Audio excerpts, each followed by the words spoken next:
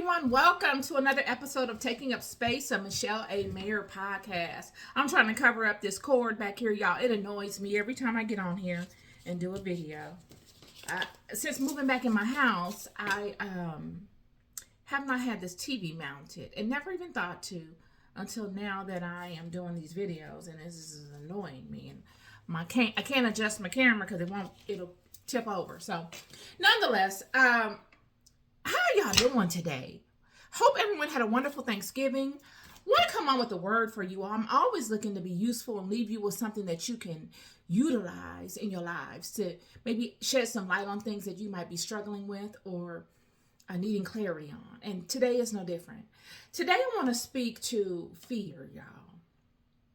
I know in my life, fear has been one of the most powerful demons that has plagued me throughout the entirety of my life. Fear, friends, has plagued me to the point when it caught me early in my life that it stopped me in my tracks. Fear made me waste time. Fear made me stay in situations way too long. Fear made me deal with stuff that I knew was beneath me way too long because I didn't feel strong enough to move forward from them. I didn't know which way to go and I was afraid. So fear paralyzed me. It made me stand in things that, I probably wouldn't have had I known better, had I felt better, had I been able to move more confidently. Fear is a monster, a demon that shows itself at various times in life. Fear is the monster that comes with any type of attack. Any type of attack is always accompanied by fear. Fear is always coming to attack something we love. It always looks to attack what we love because if it doesn't, it has no power. The only power it has is over things that we care about. Yet, fear also comes to show us who we are.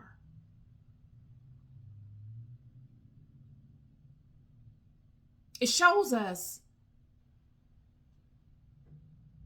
who and what we really bow to. Because if you don't stand for something, if you don't have a mantra, if you don't have a strong relationship with God, whatever God you desire to show your attention to, that is none of my business. That is for another conversation, and that's not for this topic.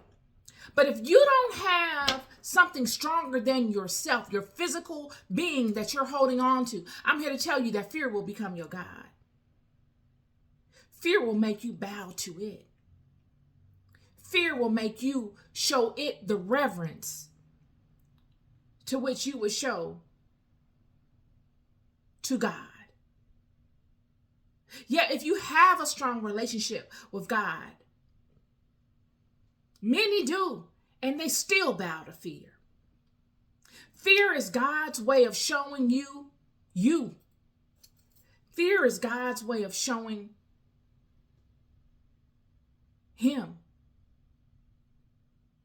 you. I think it was Sunday or Monday, I had posted something on my Instagram page. Y'all go follow my Instagram page. I have a lively and an abundant amount of information that I post there in written word. Just come call me auntie. You can find it. I'm going to probably put it at the bottom of this video. Or you can find it in the info tab of my YouTube page. All my links. I have a website and my Instagram and my Facebook. But on my Instagram, and I'm also on Twitter now as well. You'll find my link there as well. But you'll find that I post a lot of things that just come to mind to me on my Instagram page. And Monday or Sunday, I posted something about some movies that I really like to watch. I don't watch a lot of TV, but when I do, I watch things that matter to me. So if I watch something on YouTube, even if it's I'm one of those people that I'm able to keep my attention for long periods of time. I don't have a short attention span. So if I find something thought-provoking, I can watch an hour-long video. It won't bother me at all. 2 hours, it doesn't bother me at all.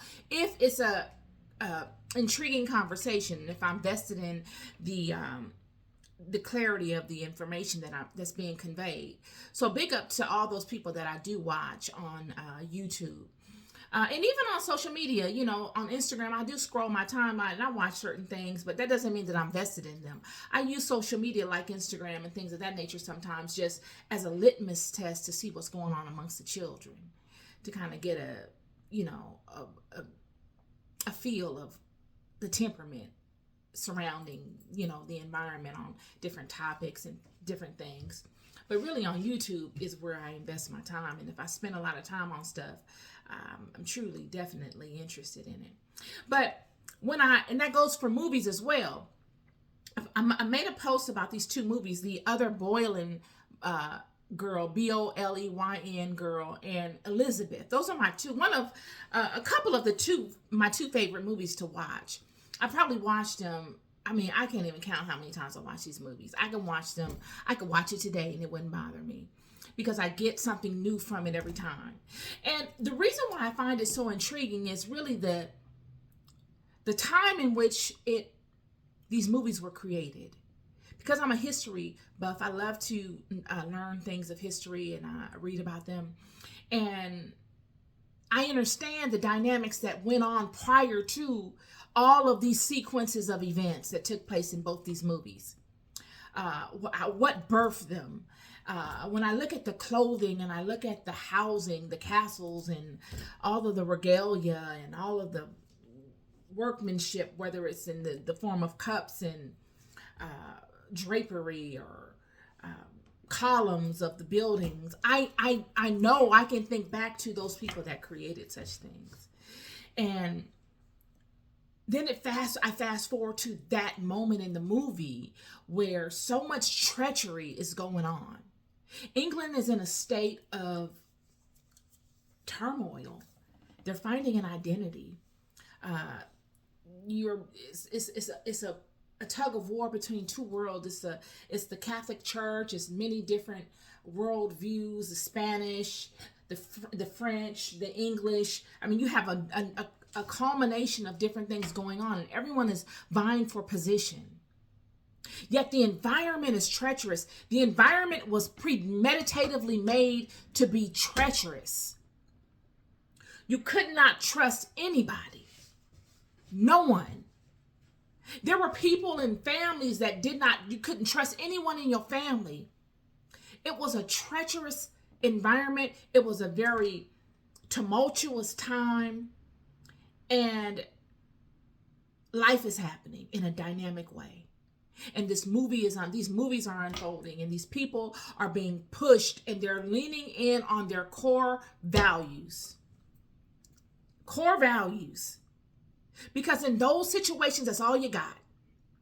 It's what fire is driving you forward. You are not driving yourself forward just because you want to look a certain way. It's not for popularity.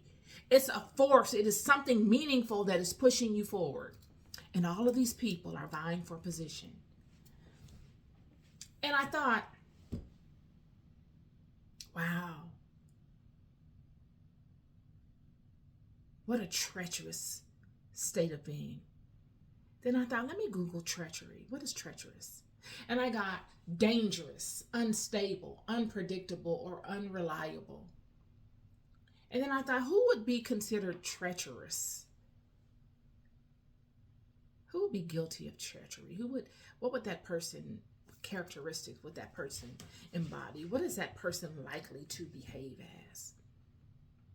What is that person likely to give birth to? Betrayal. First thing came up, betrayal. And they do these things by providing a false sense of safety. False sense of safety. A false sense of safety during times and situations that are difficult and dangerous to deal with. Treachery. They provide a false sense of safety in a very treacherous climate. And I thought, this is today, I thought, wow, 3 days ago, I was scrolling in YouTube and I saw this movie of Malcolm X doing an interview in Berkeley, 1963. And I probably wouldn't have ever watched the video because I've watched a number of Malcolm X's videos. So I don't feel like I need to watch another one. But for this, on this day, I watched it. And this is probably about, where were we at? Monday? Yeah, about 3 days ago. And I watched it, and it said in the video, I wrote it down here. He was speaking to the fox and the wolf. He gave an analogy about the fox and the wolf. And he says the fox acts friendly towards the lamb. Yet usually the fox ends up with the lamb chop on his plate. And I thought, wow. And it brought me back to this. Now, when I posted this about treachery and Elizabeth, I did this on Monday, I believe. So it was before I saw this video, Malcolm X. And I didn't know that it would, when I clicked on it, that it would be in there. But this is just how God kind of lays things on me until I am able to get to a place of fullness, and then I express it like I'm doing for you all today. All of these treacherous environments, all of them,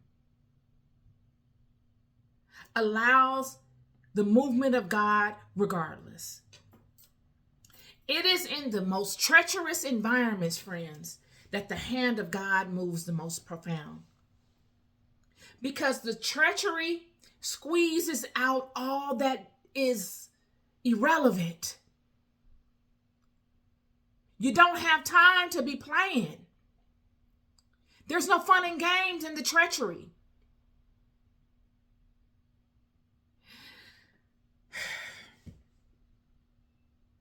Then I thought, what is fear? Because treachery, all of this evolves around fear. All of it evolves around the spirit of fear. And I opened up this conversation speaking to the spirit of fear.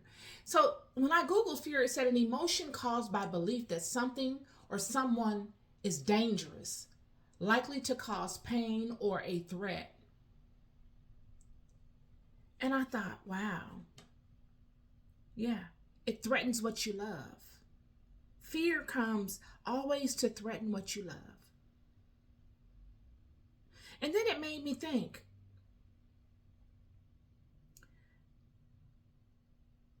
in order for fear to have enough power to threaten what I love, I must not have enough knowing in anything else. I must have abandoned or really truly not embraced my knowing in anything else for me to abandon it. When fear comes upon me to threaten that which I love, instead of embracing it more like one would normally do, I abandon it for fear. That I abandon that which I love because the spirit of fear, the spirit of a threat has come upon it. I must not have really stood in the integrity of the belief system I had before fear came and posed a threat. So it's fair to say, or pose the question, is fear your God, or does it show you your God? Is fear your God, or does it show you your God? Because friends, I'm here to tell you that fear will come upon you in your life and threaten that which you love. And if you're not standing on truth and in the integrity of what you say you know, you will bow down to fear. You will bow down to fear.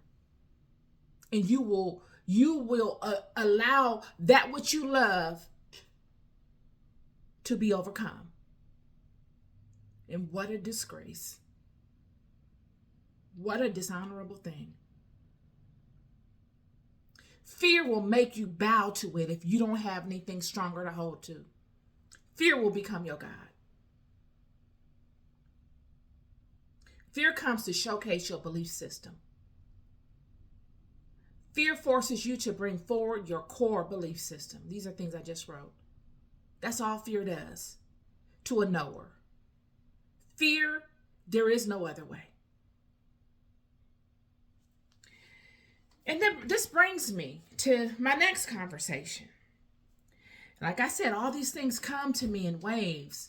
I was watching something on something about maybe within the last week about the Mayans, and when Cortez came amongst the Mayans and the Africans. I wasn't even watching the Africans, but anything about the Africans, but I know my history. I know the stories of all of those that have come before us, or many of those that have come before us.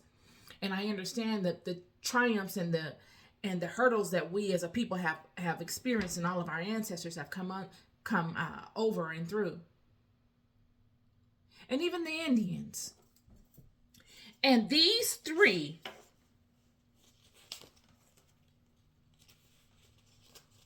all three of these that I just mentioned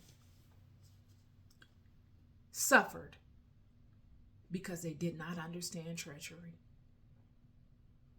Think about it. They didn't understand treachery. All three of these people lived by a code, a spiritual code. I'm sure they understood war and deceit and things of that nature, but certain levels of treachery, they just were not exposed to.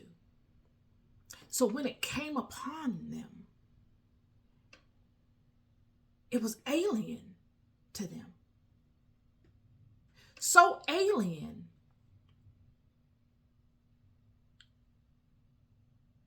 that it took them out of balance. It made them stand before it too long. When Cortez came, all of you that understand history, I'm going to give you a brief idea of what's going on here. So the Mayans in Central America, the Americas were abundant. It was a lot going on here. The Americas were not in any way empty. But that's a whole nother conversation. Central America was populated, a lot going on in Central America. Great kingdoms of people doing phenomenal things, spiritually powerful people. The Spanish came by water, obviously, because they had no other way of reaching them. And when they came by water, they came initially and befriended them. And when they came, just like the Indians, when the Europeans came for the Indians, they came always befriending. And they came and befriended them. And the Spaniards. And they're looking around, and they're looking and they're saying, oh wow, we're impressed by your culture. But really they're looking and they're sizing them up. They're looking at them and they're saying, okay, what type of weaponry do they have? Okay, what type of jewels are they wearing? Wow, they have these little hooks in their nose. These hooks are gold. Wonder how much gold they have. Wow, their women wear bracelets and they wear these earrings and they're all gold. There's riches here. So they came and embraced them. And they leave.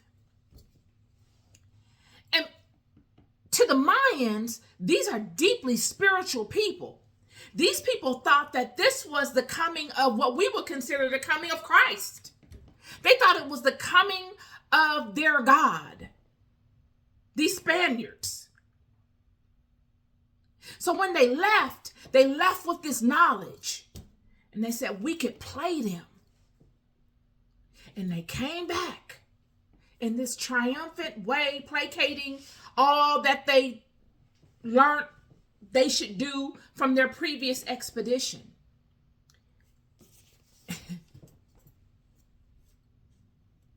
And they undermined the credibility of the relationship. They took the king of the Mayan people somewhat hostage amongst the people, without the people knowing he's hostage, and had them as their yes man. And you wonder, and he's trickling down their agenda to the people. leading the people astray. And the people are getting the vibe that something is off. The people never would have allowed this to happen. To the point that even when the leader of the people stands amongst the people and tells them to accept the Spaniards, they attack and kill the leader. Nonetheless, you guys, I really don't want to get too deep into that because I'm not prepared to have that type of conversation with you today. But I'm bringing all these to the forefront to let you know that all of this stuff came out of treachery. The people didn't know the treachery that was at hand. The leader knew. And because the leader was caught off guard, he was standing between two worlds. He's standing in between the world of his faith, and he's standing in between the world of the reality. And he did not know what to do as a leader. And so out of fear, he allowed Cortez and his men to stay amongst these people longer than they should. These are a warrior group of people. They would have annihilated them. There would have been no way that they would have left successful. Yet these people came with disease intentionally. When they came back, they came with disease, smallpox, annihilated them.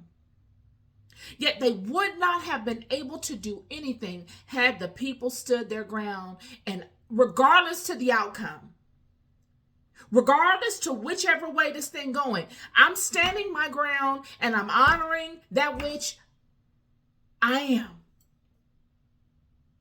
Period. So there can be no failure.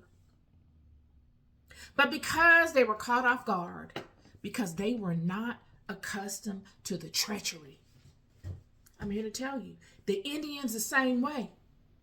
The Indians were not accustomed to the treachery.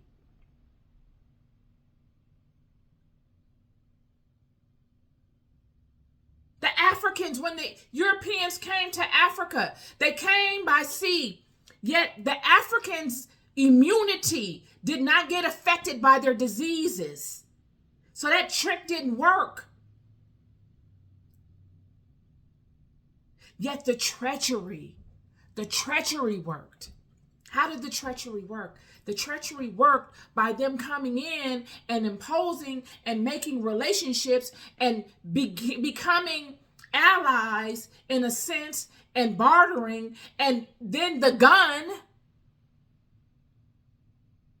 Without the gun, none of this would have been possible.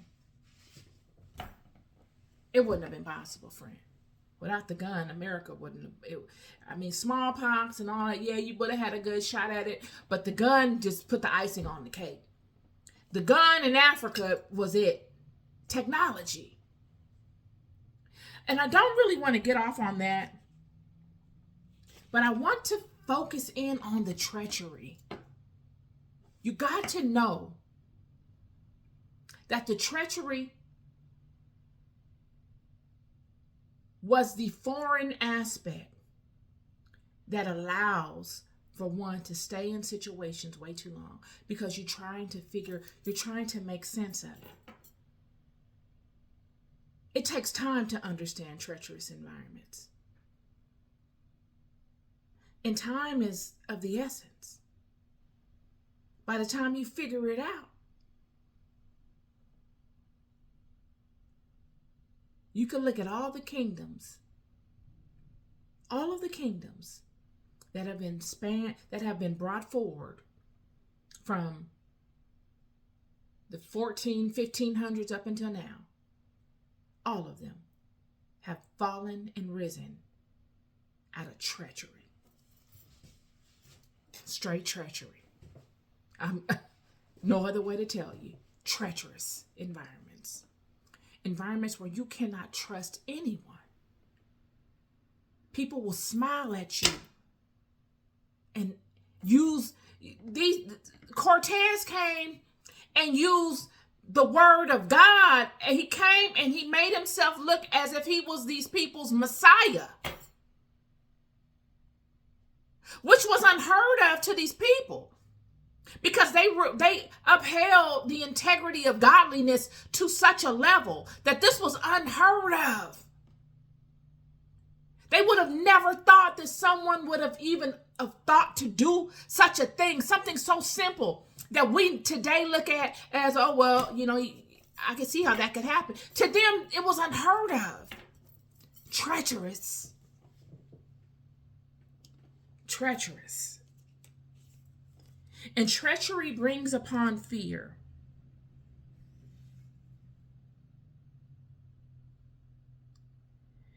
Treachery brings upon fear. Cortez paid off their spiritual beliefs. He was an imposter. This made them doubt. And they welcome in that which they would have normally exterminated. They lost balance because they stayed in the situation too long.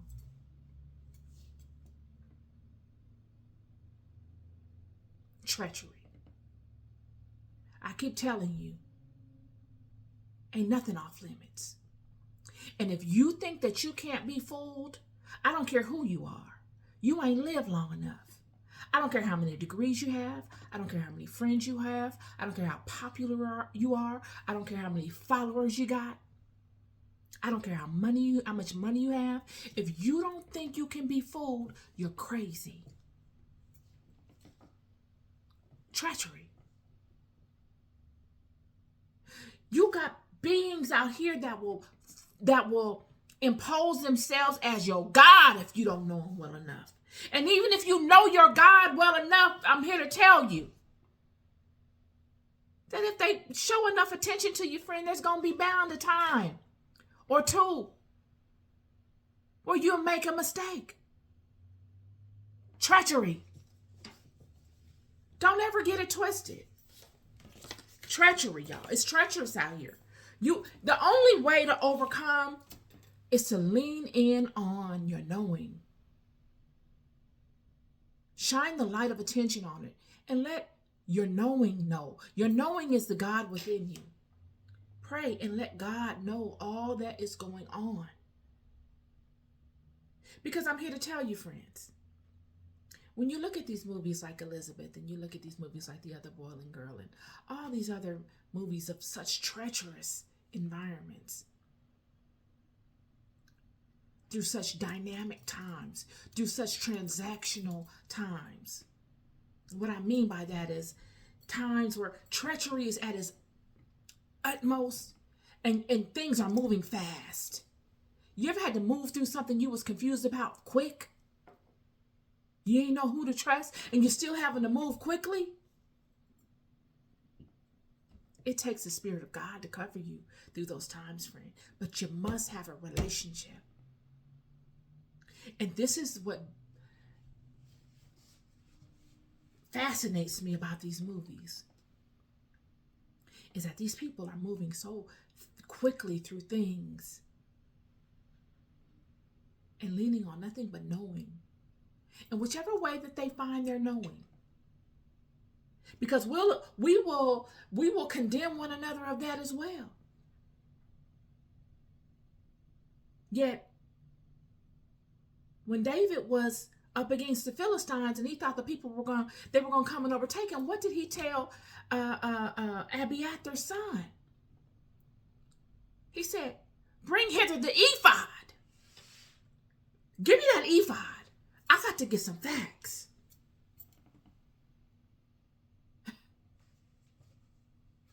There's a time for the ephod and it's a time for the sword.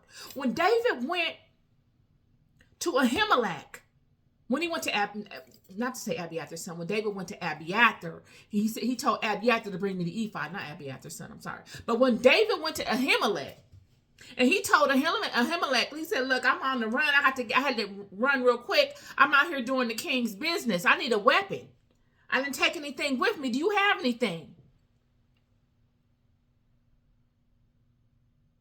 He said, "I don't have nothing but," he said, what did David say? He said, "Do you have a spear or a sword?" David knew why he went to Ahimelech. David went to Ahimelech because he remembered. I put that spear and that sword and that shield of Goliath's in the tent. And I haven't needed it. But what I'm up against right now, I need another type of weapon. Let me go check for Ahimelech and see if he can run me Goliath's weapon. And the first thing he asked him was, do you have a spear or a sword? He said, all I have is a Goliath sword wrapped in a cloth behind the ephod. David could easily say, let me get that ephod to get a word from God. David didn't need a word from God at that time. There was no time. David had the instinct. He said, I get the word from God later. I'm covered by God. I'm out of here. I'm running off of what I know right now. I need that sword. Let me have that sword. And then later, by the grace of God and through divine positioning, God made it so that he was in the presence of Ahimelech's son, Abiathar, who was wise enough within himself to take the ephod. Yo. This conversation is about fear. You must be able to stand fear down. You got to check fear. Because fear will have you standing in front of mountains way too long. Fear will have you forfeiting your promise.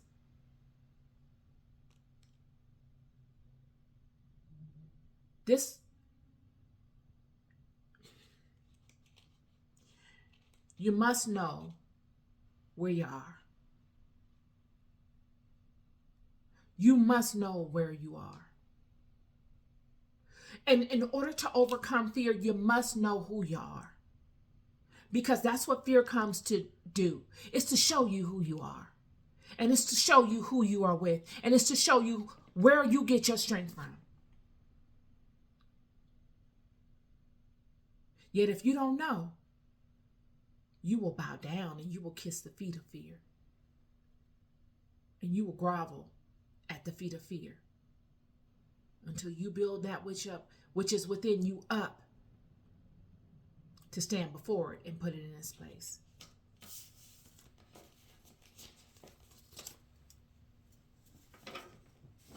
You love more than you'll ever know.